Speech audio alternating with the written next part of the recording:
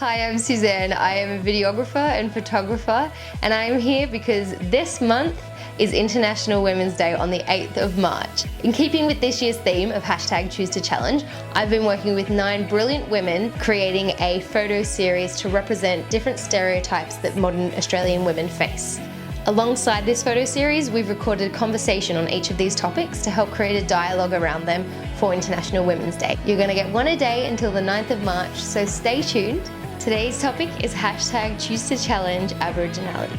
I have this conversation with Darug woman Kalinda, and if you want to see her beautiful photos, you can head over to my Instagram at suzanne.was.here. Get into the conversation. Hi, today we are talking about Aboriginality, and I have the wonderful... Hi, my name's Kalli. I am a Darug woman from Western Sydney. The Indigenous part of me is a huge part of who I am, and I hopefully have some time to talk about that today. Yes, of course. Thank you so much for coming, and I'm really excited just from our little offline conversation that we had. I think it's going to be really interesting, and I'm so excited to hear more of your stories. So I guess where I want to start as a non-Aboriginal woman is I would love to hear from you what you feel like specifically are the issues for Aboriginal women in a modern Australian world. Yeah. I guess thinking about going back to the way that my ancestors used to live, there's been such a change from these set traditional guidelines and jobs and things like that. These days, obviously, we don't have the ability, or a lot of us don't have the ability to live the way that our ancestors used to. So I feel like there is a part of all of us that is sort of trying to get back to that. And I feel like that's one of the issues that we're facing is obviously the threat to the way that we live, the way that we used to live, in terms of being a woman. I mean, every Aboriginal person with darker skin has the issue of police violence and things like that, but being a woman, I feel like there's more things that you need to look out for, not just cops, but like docs and things like that. Right. Yeah. There's so many stereotypes that come with being an Indigenous woman that it's just a minefield to go through every day. So around this concept of people talking about the stolen generation as if it's a past thing. Yeah. Well, a great example of that, my grandmother, she was never taken from her family. So she grew up in the bush with her dad, her mum, and her 3 or 4 siblings. And when she was about 5, her dad passed away. And then when she was about 8 or 9, her mum passed away. So from the age of about 9 or 10 onwards, she bounced around in Parramatta. So she went to an aunt's house first, girls' homes, missions, things like that. So my nan was never forcibly taken from her parents, but she still lived that lifestyle of not having her parents, being taken away, and instead of getting to sort of live with family and continue on the way that they were living, you know, they lived in the bush in a little shack. She was forced to then assimilate into the way that the world wanted her to live. So like she went to her aunt's, she lived there for a year or 2. She ran away, she ended up in a mission and a girls' home in Parramatta before she sort of grew up and had my dad and uncle. And it was probably about 3 or 4 years ago that she started finding family members that she never knew existed. Right. Cousins, aunts, uncles, things like that that should have been a point of call when they were looking where to place her as a child. Absolutely. Yeah. But, you know, instead she got put into the system. Yeah. A lot of people think that the fallout of the stolen generation is over and done with, but the reality is that there's so much intergenerational trauma that's come from that. And loss of culture. Absolutely. It's not just stolen children, it's stolen culture. Because the way that Indigenous people, we don't write things down. Our history is told through song, through dance, and through stories. It's mostly an oral thing. So having lost that community and that sense of like tribe or mob, it made it so much harder, I don't know a lot of my tribe's language. I know a little bit here and there. Yeah. But that's things that were taken from us when the stolen generation, and when those things happened, it wasn't just the taking of children from their families. It wasn't just trying to wipe out the race. It was absolutely taking everything that we had and getting rid of it. Yeah. Yeah. And I think it's, we're seeing the fallout of that now, particularly I imagine with the disconnect between generations, in that, and if you are trying to reconnect with older generations, like you said, with the language, you no longer have a lot of these lines that are really important to be able to connect. Absolutely. I mean, like, even my nan, she's got to be mid-70s, and she doesn't know a lot about her culture and about her ancestors and things like that. My dad's a little bit the same. I think growing up, he never told people he was Aboriginal. He told people he was Greek or some kind of Mediterranean, because if he told people he was Aboriginal, he would have gotten bashed. Yeah, which is a whole other level of messed up. Absolutely. So my nan was taken from that culture. My dad never had the chance to learn about it. And therefore I never really had that chance either to have that passed down to me. So you're having to actively go out and look for it now. Yeah. Yeah. Which is incredible though. This is the thing, I think, like you were saying about your father, a lot of Aboriginal people are ashamed of that side of them, so they haven't seeked it out. Like literally, no, not literally. Well, I was about to say literally all, but it's not literally. Most of the Aboriginal people that I know, it was something that I found out about them years into knowing them, and when I encouraged them to get involved in that side of their culture, they weren't interested. They were embarrassed, which is awful, absolutely awful. But that's because of what white Australia has taught them. Absolutely. But getting into specifically for women then, and something that we discussed beforehand, is that the history of Aboriginal culture actually sees men and women as equal. Yeah, essentially. Yeah, there are different roles from what we were talking about. But yeah. Women were in charge mostly of cooking and looking after the children, whereas the men's job was hunting. Women still gathered. That's what the coolamons are for. So they're like a half sort of shell. I brought one along today. But yeah, they would use those to gather berries and vegetables and things like that when the men were off hunting for the meat. So they were still like tasked with an important thing. It was still getting food for the mob. Still equal respect. Exactly. Yeah. But it was just a little bit less strenuous. Yeah. It was more looking, finding, picking, and detail work. Because I think that they found that the men had a little bit more strength. It was easier for them to go and hunt for the bigger animals, and easier for the women to stay back at camp, look after the children, and sort of do the more detail-oriented things. Yeah. But it wasn't like they were seen as lesser for doing those things. No. They were still appreciated, and they were still acknowledged for doing those things. It wasn't like, you're a woman, you're weaker, you stay here. Yeah. It was, this is the structure of our culture that works for us. Yeah. Absolutely. Yeah. And then enter white man and all of our crap that we bring along. And then this is changed entirely, and the structure and the power dynamic and the equality that was once there. Not only in Aboriginal culture are you having to try to build that as a woman, but you're also dealing with the loss of the fact that your culture previously had it already. Absolutely. Yeah. Yeah, so, I mean, within mob and within family, I think it's a lot easier to be confident and comfortable as an Aboriginal woman. But then in the world, there's, like you were saying, there's what the white people brought, that sort of segregation between the genders, the fact that women are more suited to cooking and cleaning, which, I mean, you look at Indigenous cultures, it was the same, but it wasn't as looked down upon. Whereas once they started to try and assimilate the Indigenous people,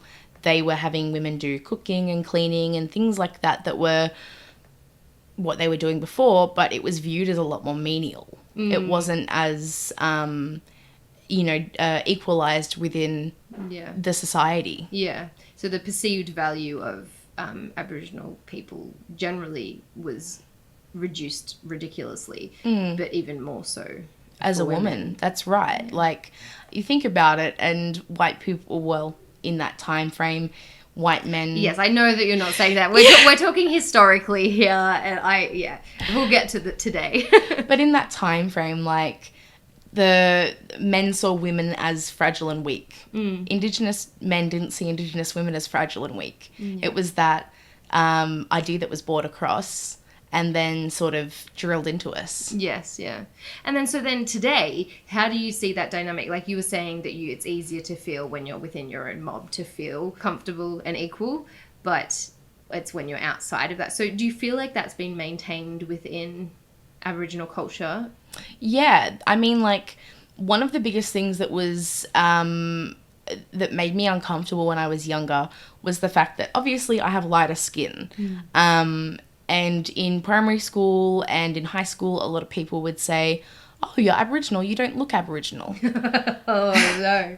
Oh, no. That's my favourite thing. But you know what? For people who don't, I mean, I've tried to explain, because it's easier for me to have that conversation as privileged as a white person, because people aren't going to get as confrontational about it to me. So I've tried to explain to as many people as possible why it's an issue to say that. Yeah.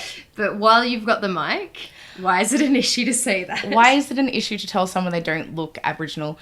Because if we go back to when the white people first arrived in Australia, their plan was to breed us out. They wanted to get rid of all Aboriginal people. Yeah. So obviously the way they did that was they tried to breed us out. And by doing that, they diluted the blood within us. Yes. So as an Indigenous person in the 21st century, it's not something that any self-respecting Indigenous person cares about. The phrase, "it's still tea no matter how much milk is in it."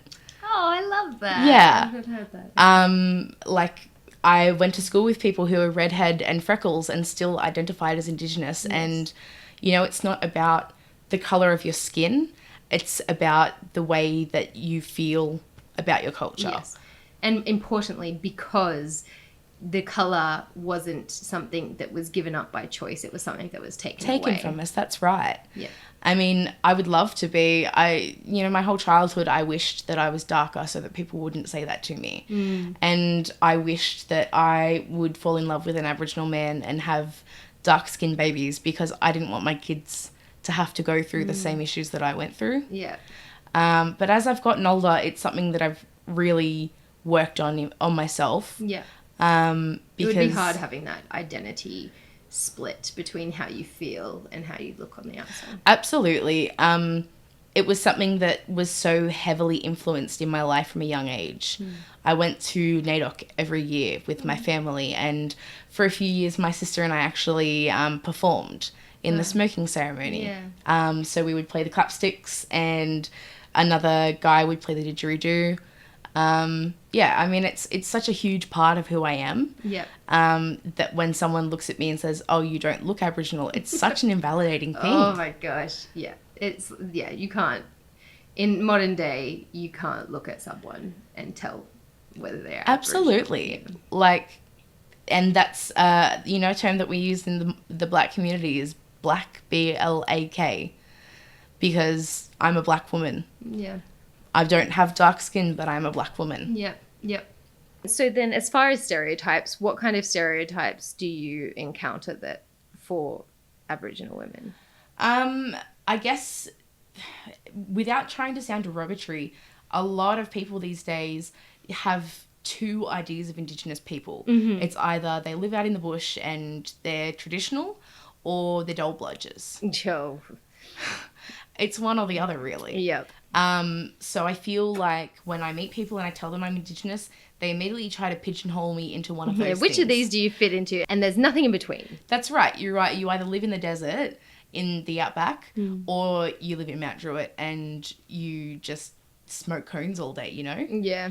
But that's not who I am. It's not realistic. I'm neither of those people, and Indigenous people don't have to be either of those people to be valid. So yeah, that's the biggest thing, is trying to take yourself out of that pigeonhole. Just because I'm an Indigenous person doesn't mean that I'm any of the things you assume. Yes. You know? Yeah. And I guess something that we touched on earlier was about the assumptions that around education. Yeah. So I guess a lot of people just assume that Indigenous people aren't smart, or that we don't have the capability to go to university. The capability by means or by like intellect? I guess a little bit of both. But I would probably say more towards the intellect side is how people would see it. Right. I mean, think about it. We don't have the same opportunities that white people do, and we never will, because the roots that we placed down for millions of or hundreds of thousands of years were torn up so that settlers could put their own roots down. Yeah. And we're still a step behind. We're still trying to catch up. Yeah. And it's crazy to think in 200 years what the settlers have achieved with those roots. Absolutely. Imagine where Aboriginal people would be if their much, much deeper roots had remained intact. And Yeah. It's awful to think that those have been removed. Not entirely, but largely. That's right. And I guess the biggest thing that we can do now is just keep trying to strengthen those roots and build them. Yeah. And bring our messages to as many people as possible. Yeah.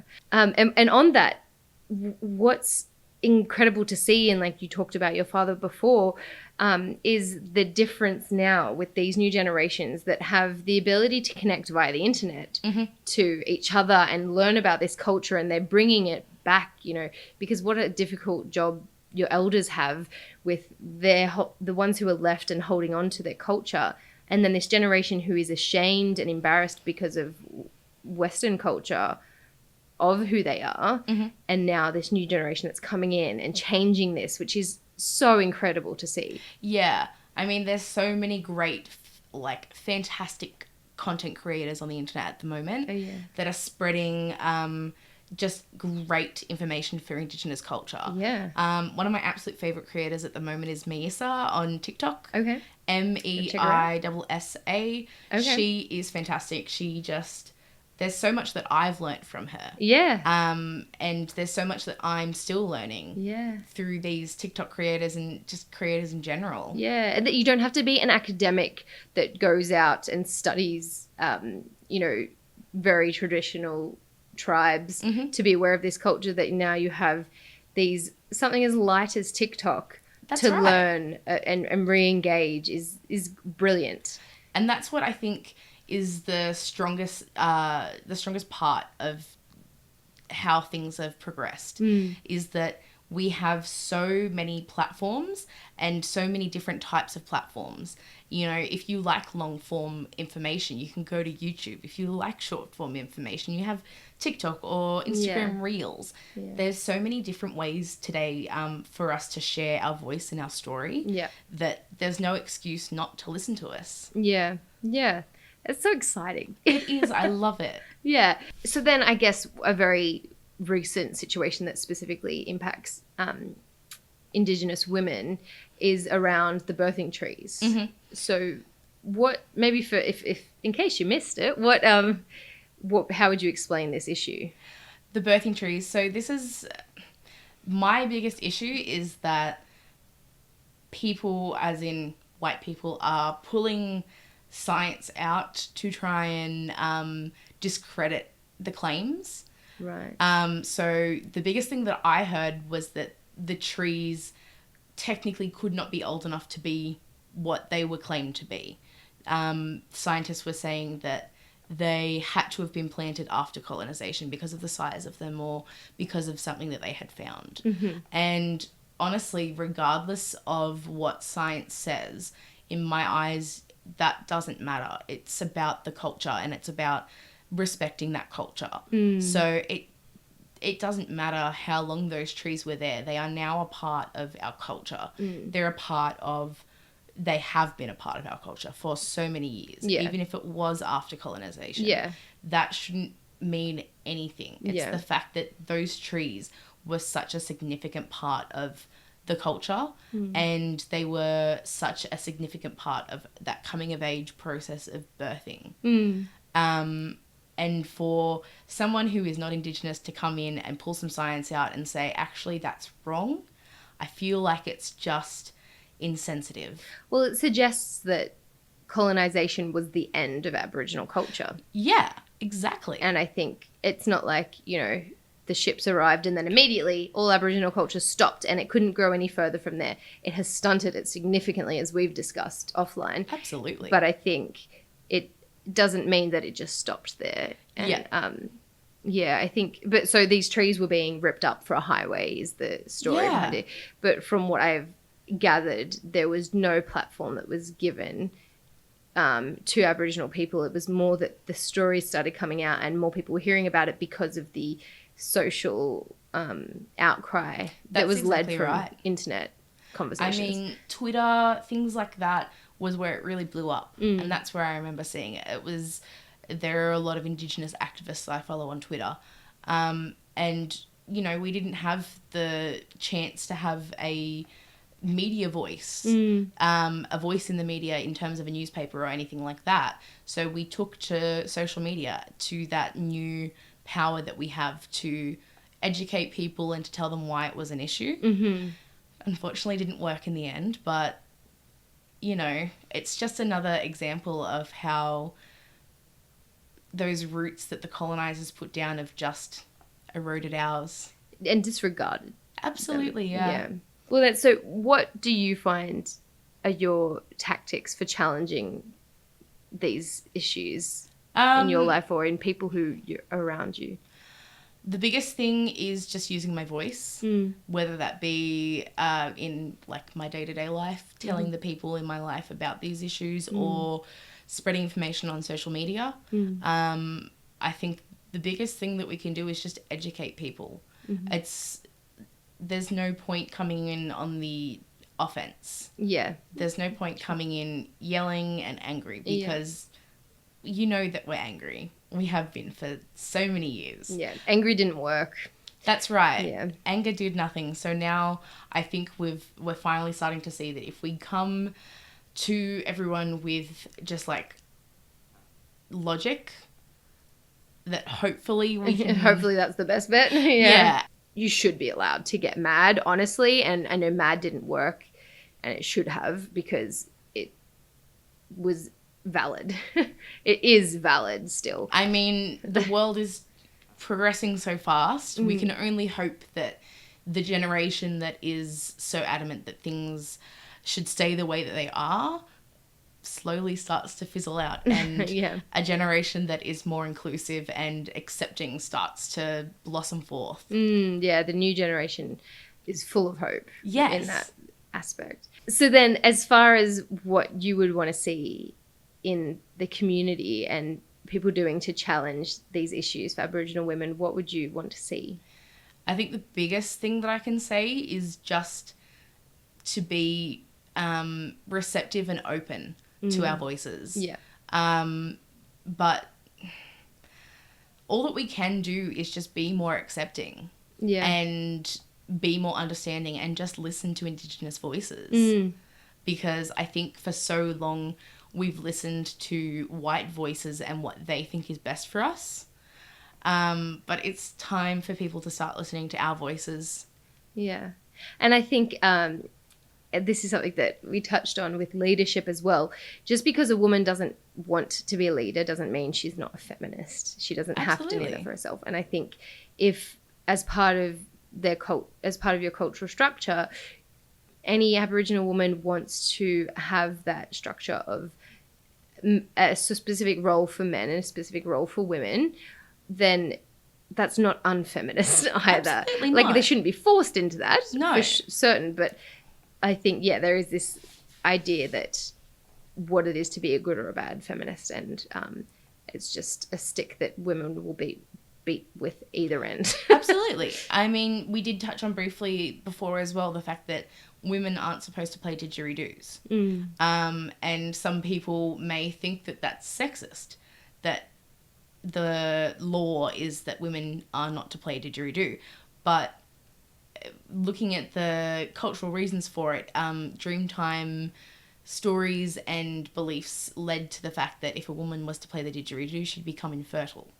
So it's not something that's like, you're a woman, so you're not qualified to play this instrument. It's, we just want to keep you safe and protect you and make sure that like you can carry along future children. Yeah. It's less about punishing and more about protection. Yeah. Yeah, and not protection from men in withholding this from you, but from all Aboriginal people. Yeah, absolutely. Yeah, yeah.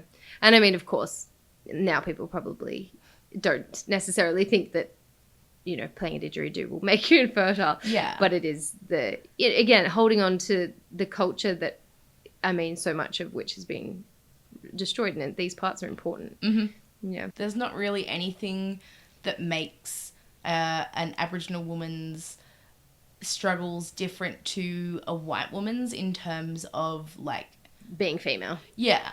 We still face all of the same issues. But yeah, I feel like the issues that we face are more around culture and less around gender. Although when colonization came to Australia, women had so much more equality with men in Indigenous communities, and they lost that. Yeah. They spent, obviously, years being the ones at home doing all of the work, looking after the kids, cooking, cleaning, while the husbands were out working. So I guess for a long time, our culture and our beliefs and the way that we lived was so challenged that now it's... I guess now these days we're more trying to get back to that point that we were. Yeah, for years there was value in that work. Yeah. And with the introduction of Western culture, now this thing that women for thousands of years were brilliant at and did incredibly and it should of course be, I don't know why it's not of a huge value. Yeah. Was completely devalued. Yeah. Yeah. And I think what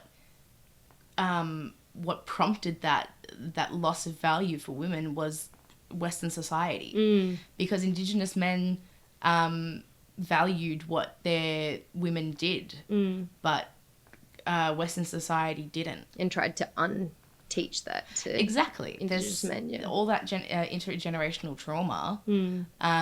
And yeah, today we're still trying to, Indigenous people are trying to get that foot forward to where white people are, and Indigenous women are just trying to get those 2 further steps. Yeah. Yeah. So how do you and your community, do you think, challenge the issues for women?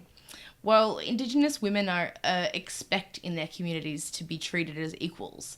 It's something that we have always had. So I guess what we're challenging is typical Western society and that idea that what women do isn't valuable. Yeah. And isn't worth equal status. Yeah, the idea that women aren't equal doesn't play with Indigenous culture. Absolutely. Right. Yeah.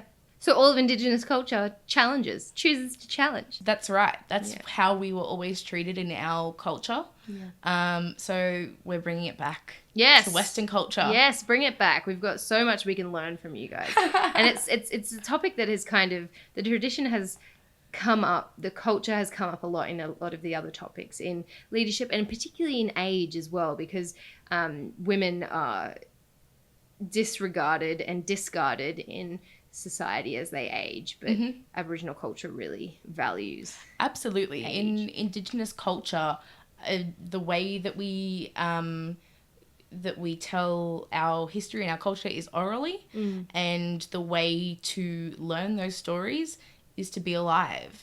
So elders are treated as wise and knowledgeable, because they are. That's exactly right. Yeah, they're not thrown away just because they're a little bit older and frail. No, yeah. They're revered and they're loved and worshipped in a way for their knowledge. I think that's entirely accurate. Well, I love that. Thank you so much. I can't thank you enough for coming and speaking with me. This has actually been wonderful. And yeah, we're gonna bring it back. We're bringing the empowerment back to white culture. Yes. Okay, good. The female empowerment. Yes, the equality. That's right. Thank you so much. Thank you for having me.